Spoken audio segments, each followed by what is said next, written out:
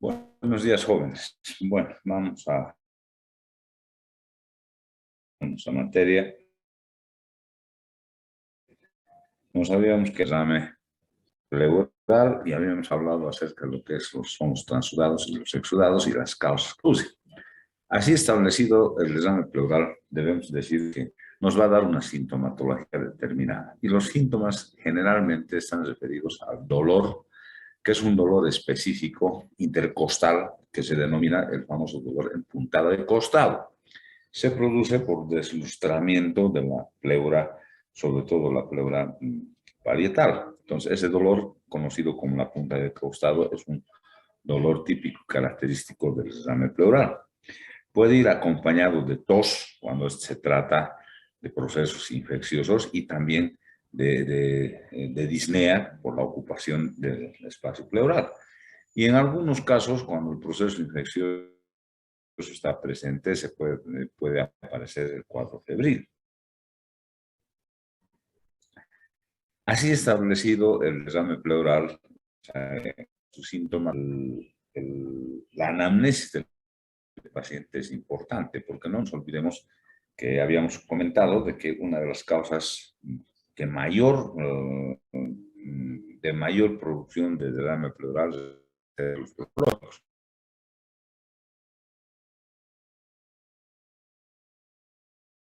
Oncología, sobre todo si el paciente es fumador o tiene algún factor de riesgo oncológico para que nos pueda orientar en el diagnóstico de esta patología. En cuanto se refiere al examen físico, vamos a tener, básicamente vamos a encontrar, primero, vamos a encontrar que ¿cómo se llama? Las vibraciones vocales, o que es la pectoriloquia áfona, va a estar disminuida y en general la mayor parte de las veces abolida en el lado correspondiente. Va a existir, en vez de matidez, como hemos visto en la actividad de Gaillard, que había matidez, ¿no? ¿Verdad? Aquí existe más bien, el timpanismo en la triada de Gaillard en el neumotórax espontáneo. Aquí va a existir matidez por la presencia de líquido. Y por último, el murmullo vesicular va a estar disminuido o abolido. Entonces, se va a diferenciar de la triada de Gaillard del neumotórax, porque en vez de timpanismo a la percusión va a existir matidez. ¿Qué exámenes complementarios? Exámenes complementarios, debemos decir que cuando el derrame pleural, o sea, si nosotros hacemos una placa de tórax simple, PA, si el derrame pleural está entre 100 y 300 centímetros cúbicos, no va a ser visible en una placa simple de tórax PA. Para ello, para ver este derrame, que es importante, si nosotros sospechamos del mismo, pues debemos hacer una placa radiográfica lateral de tórax. En la placa lateral de tórax va a haber borramiento del espacio costofrénico, lo que se conoce como un nombre del signo de la muesca. Entonces, eso es característico, o sea, desaparece el espacio costofrénico y eso nos da lugar a pensar que existe presencia de líquido en la cavidad pleural. Pero cuando sobrepasa los 500 centímetros cúbicos, ya podemos hacer lo que es la placa simple de tórax PA, y ahí nos vamos si se trata de un derrame pleural, nos vamos a la famosa, como hemos visto, no es verdad, o sea, lo que veíamos en la placa simple, va a desaparecer esto y va a aparecer esto que conocemos como la curva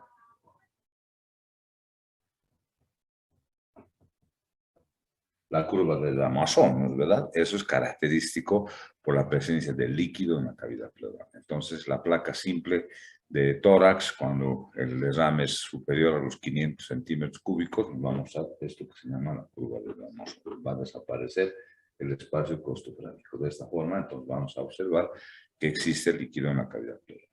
Otro estudio complementario que nos va a ayudar es lo que se llama la tomografía axial computarizada, donde va a mostrarnos imágenes en los cortes sagitales de la presencia de líquido en la cavidad pleural.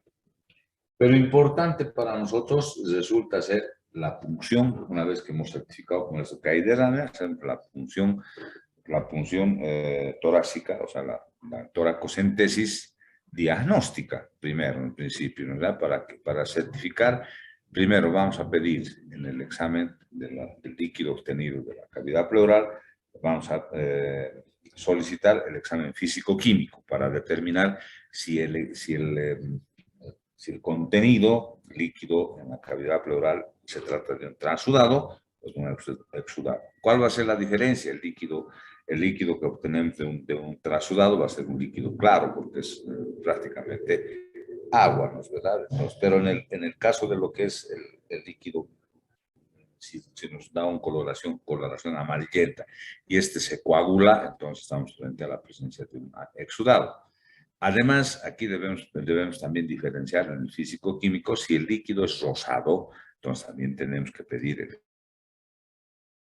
examen citológico para ver si existen o no existen células tumorales. Entonces tenemos tres estudios entonces en el físico-químico, ¿no es verdad? Vamos a ver si es transudado, si es exudado, o en su caso si es líquido, ese líquido contiene o no contiene células neoplásicas.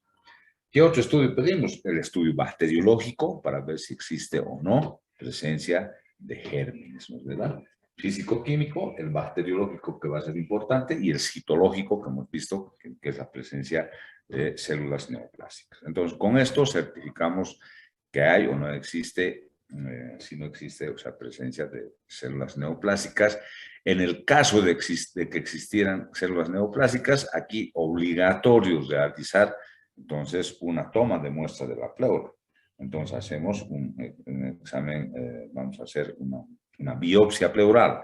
Y para ello utilizamos distintos tipos de agujas. Podemos utilizar la aguja de Cope, son agujas que se utilizan para hacer biopsia pleural, la aguja de Abrams,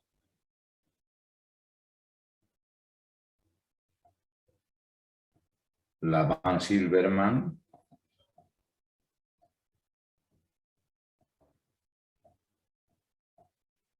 y en nuestro medio seguimos utilizando todavía porque es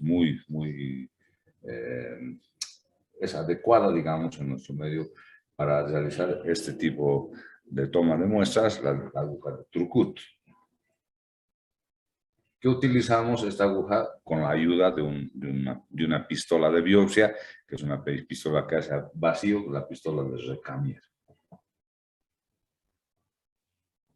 Entonces tenemos esta posibilidad de realizar la biopsia. Son agujas más finitas. La de Trucut es un poco más tosca, la aguja, pero es una aguja que toma muy buena muestra y más aún si hacen uso de la pistola de Recamier para realizar la toma de biopsia correspondiente.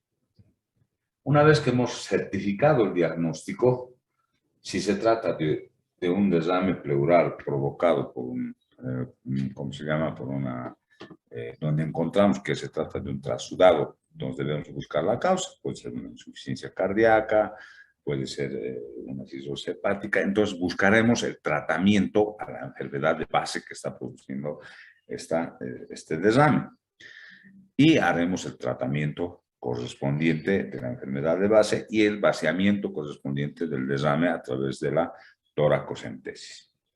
Por punción, porque no va a ser más difícil realizar solamente una evacuación por punción. En el caso de los exudados, si se trata de una enfermedad sistémica, como ser, por ejemplo, una enfermedad propia del pulmón, como ser, por ejemplo, neumonía, una de las que producen el derrame pleural no neoplásico, debemos hacer la evacuación correspondiente del líquido contenido en la cavidad pleural a través de la toracocentesis, ya sea esta por punción o por avenamiento pleural. En cambio, si nos encontramos en el estudio complementario en el citológico la presencia de gérmenes y la biopsia nos ha confirmado que se trata de un tumor, aquí el tratamiento va a ser diferente, porque si nosotros evacuamos ese líquido por toracocentesis o por avenamiento pleural, este va a ir recidivando en forma permanente, entonces no va a ser posible un tratamiento adecuado en relación a este tipo de lesión. Entonces, para ello, nosotros tenemos que buscar lo que se conoce con el nombre de pleurodesis. ¿Qué quiere decir con el nombre de pleurodesis? Pleurodesis, la pleurodesis es buscar que las dos pleuras se peguen entre la pleura parietal y la pleura visceral, desaparezca el espacio pleural. De esa forma vamos a evitar que se coleccione líquido en la cavidad pleural. Para este propósito utilizamos una serie de elementos. Podemos utilizar algunos químicos o, por ejemplo, podemos utilizar algunos medicamentos como sea la tetraciclina, por ejemplo, una vez que evacuamos. Primero hay que evacuar el contenido líquido y luego inyectar por la misma aguja de punción, inyectar tetraciclina.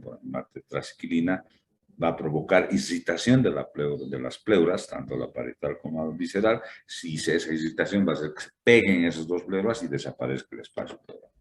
Podemos utilizar algunos citostáticos, como ser, por ejemplo, la bleomicina, el cisplatino. Podemos utilizar citostáticos, el 5-fluoracilo también podemos utilizar para provocar que desaparezca el espacio pleural. En la actualidad, o sea, el medicamento o el químico que se está haciendo uso con mayor frecuencia es el hidróxido de sodio,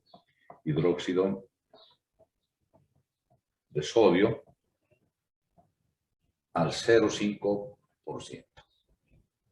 Entonces, se coloca 100 centímetros cúbicos de hidróxido de sodio al 0,5%, se inyecta y al paciente se lo coloca en decúbito dorsal, decúbito ventral, para que se distribuya en todo lo que corresponde al espacio pleural. De esta forma buscamos lo que se conoce con nombre de pleurodesis. Este es un elemento que es muy importante. También en el área quirúrgica, si nosotros hacemos la apertura del tórax, se puede utilizar el talco. El talco, talco esterilizado, desde luego, se talquea toda la parte de la pleura parietal y vamos a lograr que se produzca la pleurodesis correspondiente. Entonces, como ven, el tratamiento va a resultar siendo diferente en cuanto se refiere al derrame pleural que se produce por un proceso de tipo oncológico. Bien. Una vez que hemos visto esto de lo que es el derrame pleural, debemos hablar acerca de lo que es el empiema pleural. Todos estos temas ustedes ya los han visto en la parte de neumología. Nosotros estamos dando un enfoque de tipo quirúrgico, nada más, solamente estamos haciendo un recuerdo de lo que ocurre en estas patologías. El empiema pleural se definiría, o sea, por la presencia de pus en la cavidad pleural, pero no es así. De un tiempo a esta parte se ha visto que la sola presencia de gérmenes en el líquido pleural de derrame ya constituye un empiema pleural sin que este líquido tenga características purulentas. Entonces, solo la presencia de gérmenes en el líquido de derrame pleural ya representa ser un empiema pleural. El empiema pleural se define como que se produce por dos causas fundamentales. Por inoculación directa, nosotros debemos hablar de esa parte porque se produce en el trauma, por ejemplo, cuando hay un traumatismo por arma blanca, entonces se introducen gérmenes en la cavidad pleural y pueden provocar el proceso infeccioso como tal, determinando un empiema pleural. También en forma iatrogénica, cuando no tenemos cuidados especiales en cuanto se refiere a la asepsia o antisepsia, cuando realizamos toracocentesis o punciones torácicas, también podemos inocular gérmenes y provocar un empiema pleural. Y las infecciones indirectas que se deben, por ejemplo, a procesos infecciosos propios del pulmón, como la tuberculosis, la neumonía. Y también otras infecciones a distancia que pueden inocular la cavidad pleural por vía hematógena o por vía linfática. Una vez inoculados el germen ahí dentro de la cavidad pleural, se va a producir 4 fases de evolución. Va a tener 4 fases evolutivas. Una fase de evolución aguda, que corresponde a la primera fase del proceso inflamatorio como tal, que se produce en todo proceso inflamatorio. Entonces, la fase exudativa, donde va habiendo cambios que van a determinar que se produce una fase de invasión del germen y el organismo reacciona provocando exudación correspondiente. Esta fase va a durar hasta 3 días aproximadamente. Después de que ha pasado los 3 días, entre el tercer día y hasta el día 8, 9, hasta los 10 días aparece la fase exudativa, perdón, la fase fibrino-purulenta, la anterior era la fase exudativa, la segunda fase, la fase aguda, la fase fibrino-purulenta, donde el pH del líquido contenido en la cavidad pleural va a ir cambiando, se va haciendo más ácido y van a aparecer neutrófilos y células formas, determinando la aparición de material purulento como tal. Entonces, a esa fase se conoce también como fase de colección o fase fibrino-purulenta, donde aparece el proceso infeccioso empiematoso como tal. Después de que ha pasado esta fase, aparece la segunda fase, que ya no es fase aguda, sino una fase subaguda, donde existe un proceso de organización temprana, que dura aproximadamente de 2 a 3 meses, donde el proceso infeccioso, que se ha vuelto ya crónico, empieza a determinar cambios en la estructura de lo que es la pleura, sobre todo la pleura visceral, y aparece lo que se conoce con el nombre de PIL pleural.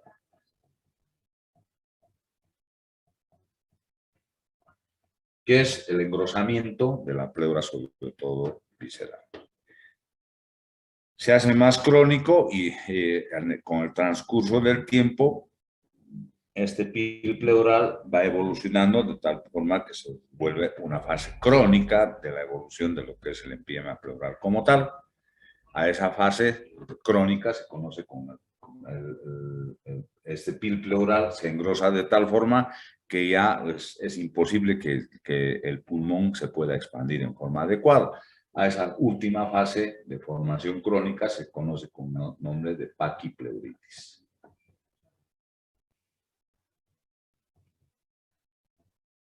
Que la pleura visceral se vuelve como si fuera la piel de un elefante, por eso se llama paquipleuritis, es sumamente gruesa, sumamente engrosada. ¿Qué síntomas nos va a dar el empiema pleural? En las dos primeras fases, en la fase exudativa y en la fase fibrino-purulenta, como es una fase aguda, nos va a dar pues todos los síntomas característicos de un proceso infeccioso. Entonces va a aparecer primero el dolor. Dolor que es característico, como es un derrame que ya se ha infectado, va a aparecer el dolor en puntada de costado, ¿verdad? O sea, lo que llamamos un dolor en punta de costado. Va a aparecer tos, una tos seca, puede aparecer fiebre y disnea por la ocupación del espacio pleural. Entonces son los procesos que va a ocurrir en la primera parte. Y esto se puede subdividir en 3 grados. Una fase leve, cuando el proceso infeccioso está empezando. Una fase moderada, cuando existe, o sea, presencia de gérmenes en la circulación sanguínea, donde se produce una bacteremia. Y por último, puede empezar a pasar a un cuadro grave, que es un cuadro de tipo séptico, ¿no es verdad? Por la presencia de gérmenes en la cavidad pleural, que puede diseminarse a todo el organismo y puede provocar un proceso séptico. Ya en la fase crónica, cuando ya se ha organizado todo, los síntomas van a cambiar, ya no va a desaparecer la fiebre, el paciente solamente va a sentir tos, o sea, la tos se va a volver crónica por la presencia del que llama, y además va a tener una disnea crónica por restricción de la mecánica respiratoria. ¿Cuál va a ser nuestra conducta frente a la presencia? Perdón, antes de ello, en los exámenes complementarios debemos hacer lo mismo que hemos hecho en el derrame pleural. Entonces, hacer la punción torácica en la fase aguda, donde vamos a encontrar gérmenes, o sea, bacterias, o en su caso vamos a encontrar también esa presencia de células neoplásicas. Debemos hacer, por consiguiente, el examen físico-químico, el citobacteriológico, que nos va a determinar presencia de gérmenes y presencia de células neoplásicas. Y la placa radiográfica, que va a ser importante para determinar qué cosa, la curva de Damoiseau, que nos indica presencia de líquido en cavidad pleural. La diferencia con el derrame va a ser la presencia de gérmenes, que nos determina que es un empiema pleural. En cuanto se refiere al tratamiento, en la fase aguda, o sea, cuando hay presencia en la fase exudativa y en la fase fibrino-purulenta, debemos realizar el tratamiento, ¿cómo se llama? El tratamiento correspondiente en relación a lo que es la presencia del germen. Entonces, cuando hagamos el bacteriológico, debemos pedir también un cultivo y un antibiograma para realizar el tratamiento correspondiente del germen que está provocando el empiema pleural. Y lógicamente, si la cantidad de líquido en la cavidad pleural sobrepasa los 300 centímetros cúbicos, muchas veces debemos realizar el avenamiento pleural mediante el colocado de un tubo de drenaje conectado a una trampa de agua que ustedes conocen, que se llama el frasco de Boulot. En el caso de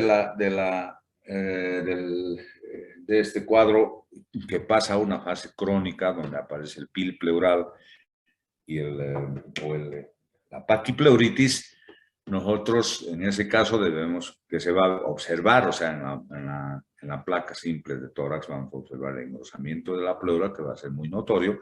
Entonces, en ese caso debemos realizar una cirugía, debemos realizar una toracotomía y provocar, ¿qué cosa? Una decorticación.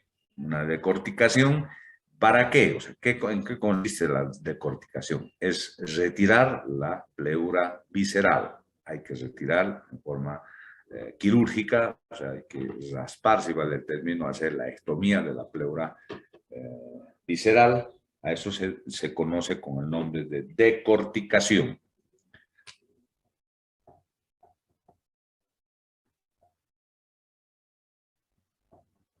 Decorticación.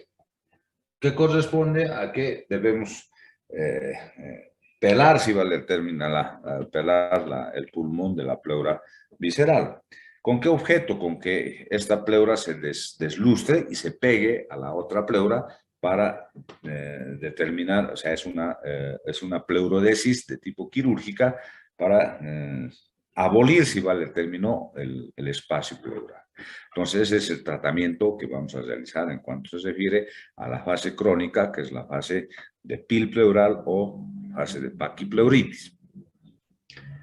Debemos tener mucho cuidado en la cirugía. El cirujano debe tener bastante experiencia porque al hacer este procedimiento muchas veces podemos provocar, si vale el término, que se llama pequeñas fístulas bronquiales. Entonces, si cortamos el pulmón o si lesionamos el pulmón, debemos repararlo en el acto quirúrgico para no tener problemas posteriores respecto a lo que son las fístulas quirúrgicas como tal. Y lógicamente esto va a provocar en el transcurso de 2 o 3 días el pegamiento de las dos pleuras y la desaparición del espacio pleural correspondiente. Bien, ahí terminamos con lo que es el empiema pleural. Ahora voy a hacer girar un poco la cámara para que me vean, porque jóvenes, con este tema hemos concluido nuestra materia. Hemos terminado el avance de nuestra materia. Por tanto, entonces, espero que todo lo que hemos avanzado les sirva, sobre todo en su vida de internos. Ya van a ver que les va a servir muchísimo, porque todo lo que hemos avanzado son las cosas que van a llevar ustedes en la parte de lo que es el internado rotatorio. Porque la verdad les digo, o sea, que el que ha asistido a clase y tiene buenos apuntes no va a tener ningún problema, porque va a tener el resumen correspondiente de todos los temas avanzados para que puedan terminar su carrera en el internado rotatorio. Y también en su vida médica les va a servir cuando estén haciendo provincia, algún otro rato, cuando estén trabajando en algún lado, les va a servir como punto de referencia. Espero que hayan aprovechado el tiempo que hemos estado pasando en clases y que les sirva todo lo que les hemos dado. Espero no haberos aburrido y los que han asistido a clases, o sea, en forma habitual, yo creo que van a tener los frutos correspondientes. En cuanto se refiere al examen, los exámenes van a estar programados tanto el final como el segundo parcial que nos falta a las 11 de la mañana. Todavía no está definido. Si ocurriera algún comunicado, algo de parte de dirección de carrera o de decanato respecto al examen, sea presencial o no, se les va a comunicar en forma oportuna. De todas formas, si es virtual, va a ser a las 11 de la mañana, como de costumbre, y les va a mandar el examen No se confíen, voy a volver a mezclarlos a los alumnos para que, o sea, estén en distintos grupos, o sea, vamos a dividirlos en grupos igual, y ustedes van a saber a 5 minutos antes del examen el grupo al cual corresponde. Por tanto, entonces, les deseo suerte y que, bueno, pues vayan concluyendo ya todas sus materias y vayan preparándose para los exámenes segundos parciales y para los exámenes finales que correspondan. No me pregunten si el examen final va a ser de todo. El examen final, evidentemente, es de todo lo avanzado. Bien. Entonces, yo les agradezco su atención y nos vemos en el día del examen. Buenos días, jóvenes. Hasta luego, doctor. Gracias, Muchas doctor. gracias. Hasta luego, doctor. Hasta Gracias. luego.